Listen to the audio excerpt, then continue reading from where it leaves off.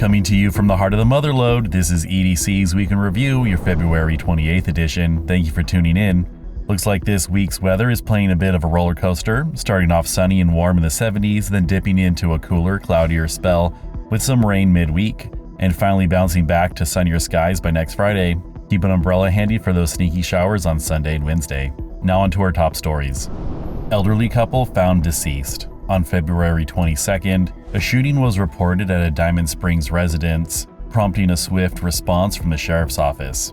Deputies discovered an elderly couple, identified as Sharon Hamilton, 78, and Douglas Hamilton, 82, both deceased. The investigation, still active, suggests no ongoing community threat. The sheriff's office offers condolences as detectives continue probing the incident. Fatal crash disrupts El Dorado Hills.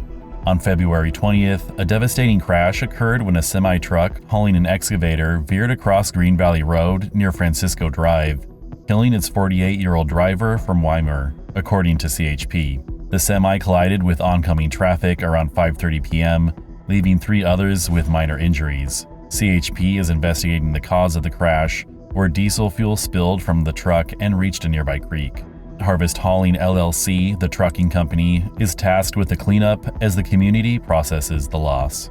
Roseville man faces felony charges. Mark J. Berman, a 74-year-old from Roseville, has been charged with 20 felonies across the county and Placer County for allegedly manufacturing and selling illegal semi-automatic rifles from his garage. The investigation began on November 3rd, when state inspectors spotted Berman attempting to sell assembled assault weapons and suppressors at a gun show in Placerville, leading to a November 12th search of his home by state agents and Roseville Police SWAT, where they uncovered 8 rifles, additional firearms, gun parts, large capacity magazines, and ammunition.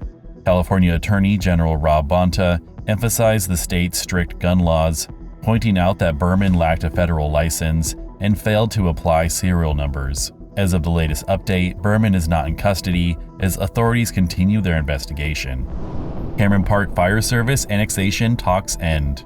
After 6 months, Cameron Park CSD and El Dorado Hills Fire ended annexation talks, citing high costs, as detailed in Village Life.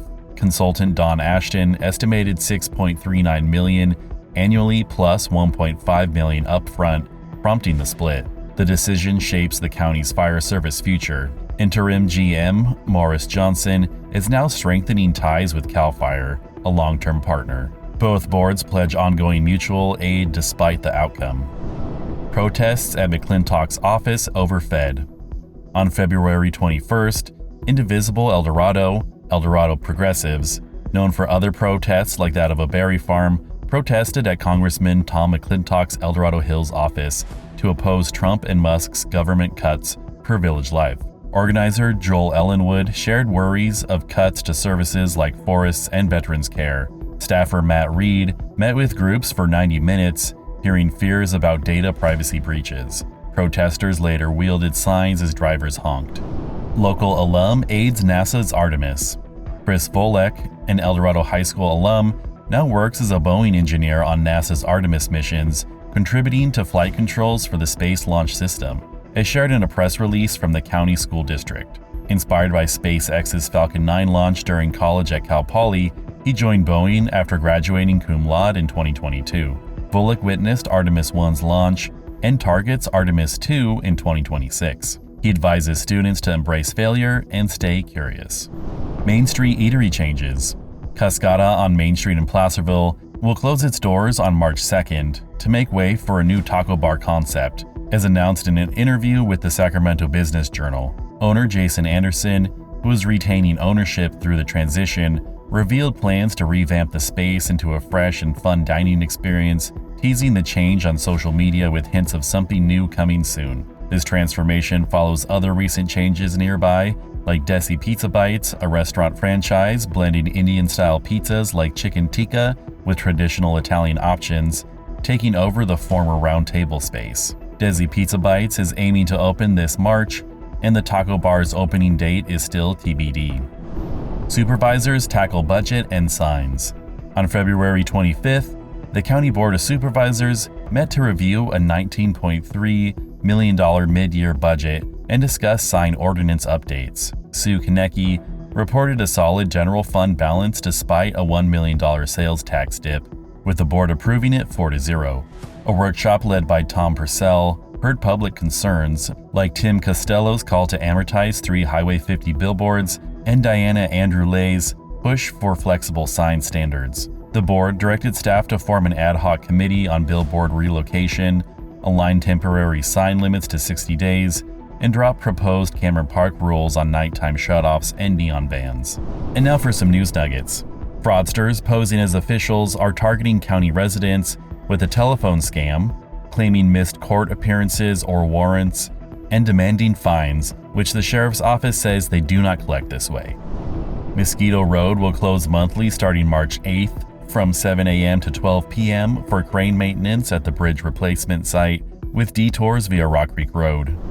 The county and Caltrans are planning upgrades to the Highway 50/Ponderosa Road, South Shingle Road interchange to ease congestion and improve safety, with a public meeting scheduled for community input.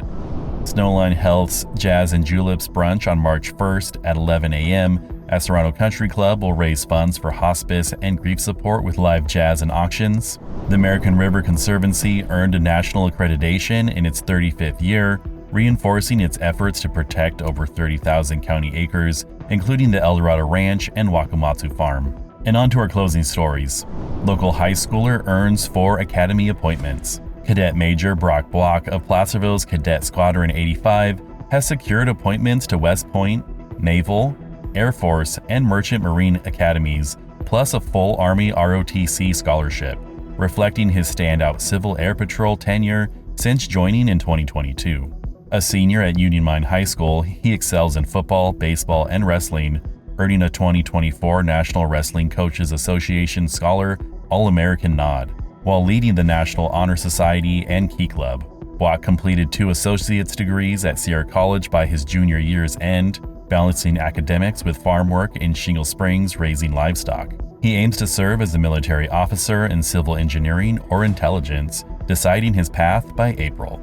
Empty Bowls Dinner Fights Hunger. On March 8th from 4 to 7 p.m., Hands for Hope, Youth Making a Difference will host its 25th Empty Bowls Dinner at the County Fairgrounds, an event outlined on their website that brings the community together to combat hunger with soup, bread, and live music.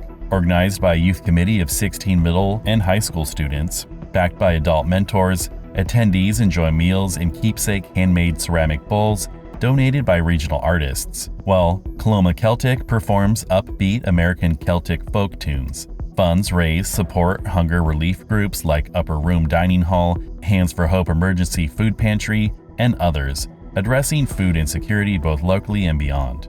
Sierra Tahoe hosts Ski Championships. Sierra Tahoe is set to host the California-Nevada Interscholastic Ski and Snowboard Federation High School Championships from March 2nd to 6th, a significant event returning to the county after a 75-year gap since its last occurrence in 1950. According to the resort's website, over 300 top high school athletes from across California and Nevada will compete in alpine disciplines like giant slalom, showcasing talents from schools such as defending champions Mammoth High, North Tahoe High, and local favorite El Dorado High, which has won the combined title 3 times. For the county, this event not only boosts tourism, but also cements its status as a nurturing ground for athletic excellence, with local schools like El Dorado High aiming for a 4th consecutive combined championship.